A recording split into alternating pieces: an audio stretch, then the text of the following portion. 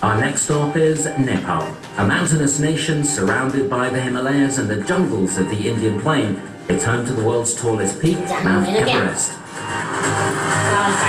But we were here not to scale the heights, but to witness 10 of Asia's associate and affiliate cricketing nations compete in the ACC 2020 Cup for places in the ICC World Twenty20 Qualifiers.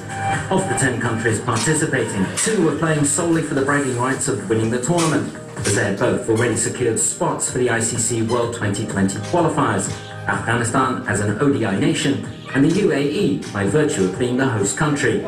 Bahrain, Hong Kong, Kuwait, Malaysia, Maldives, Nepal, Oman and Singapore were left to compete for the remaining 2 spots in the ICC World Twenty20 Qualifiers.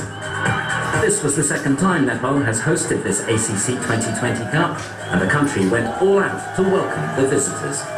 When a tournament of such a magnitude comes to a country, the whole country is focused with that game. It is not only about association, it is not only about the players. It is about the whole country, the government, everybody, the public. They all are now looking at what Cricket Association is doing right now. And with events like these, when everybody is focusing on cricket, I think that boosts up a lot. And the game reaches every nook and corner of the country because of tournaments like these. And that in the long run definitely helps because of cricket. Cricket was introduced to Nepal in 1892 by the then ruling Rana dynasty on their return from England and India. The game was exclusively played among the elite. The Cricket Association of Nepal was formed in 1946 to promote cricket within the aristocrat community. It became an affiliate member of the ICC in 1988, and 8 years later it was elevated to associate status.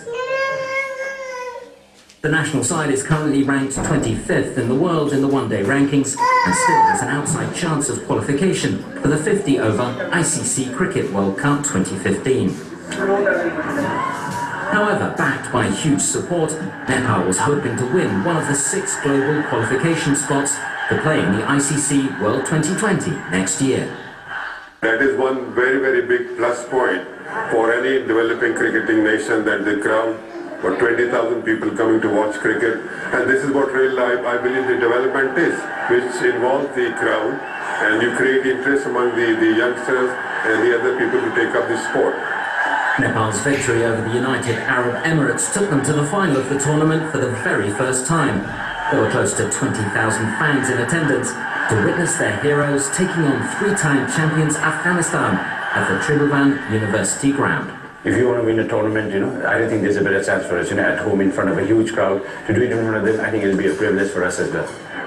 Defending champions Afghanistan had won all the previous editions of this competition and were in confident mood. We will try hard to win this tournament for 4th time, and maybe the boys play very well in the whole tournament, especially the youngster. We have entered in the team. 6-7 Indian youngster team players, and inshallah we will try hard more to win this final. Afghanistan won the toss and elected to field. The Nepali openers stood little chance against the Afghan bowlers as 3 wickets fell before the end of the 5th over. Skipper Paras Khatkar then came in and managed to steady the ship, notching up his second half century of the tournament before his dismissal with a score of a more respectable 114 for 5.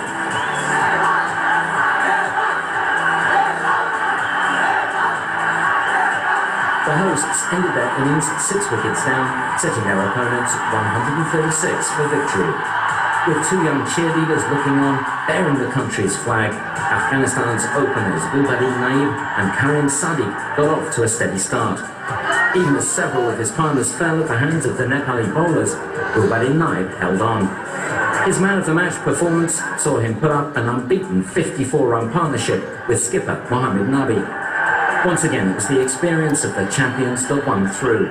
With 7 wickets and 13 balls to spare, Afghanistan captured yet another title. We play against a full packed crowd against Afghanistan. It's a big pressure for us to beat this crowd, and the boy played very well in the final. And we are proud for the whole team and real congratulations for all Afghanistan supporters in Afghanistan and in Nepal, especially for the football team. We came here under 16. They support Afghanistan cricket team in the final, and thanks for these two kids.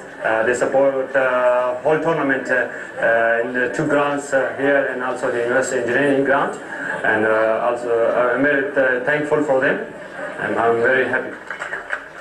The hosts may have lost the game, but it was a Nepali player who was recognised for his outstanding displays throughout the 8-day event. Captain Paras Khatka was awarded a motorbike from one of the local sponsors for his man of the tournament performances. I play for my country and try and give my best, and I didn't know about anything about it, so this is just like, it's a good incentive. Like, I think it really motivates the players to do better in future, and let's hope, like if companies like this come up, I think it gives the more motivation for the players to go out there and perform. As the crowd dispersed and the day drew to a close, the Nepal team already started looking ahead to their preparations for the ICC World Twenty20 Qualifiers in the UAE. I think we have a very good chance because the teams that we see there, few of the teams we have already played in the past, few of the teams we have even beat in the past. So there's no point that we should say that we don't have any chance in that qualifier. Of course we do have a chance. Joining Nepal, Afghanistan and the UAE is Team Hong Kong, who came in fourth. All four teams will be hoping to win a place at the ICC World Twenty20 in Bangladesh, which for the first time will feature 6 associate and affiliate teams.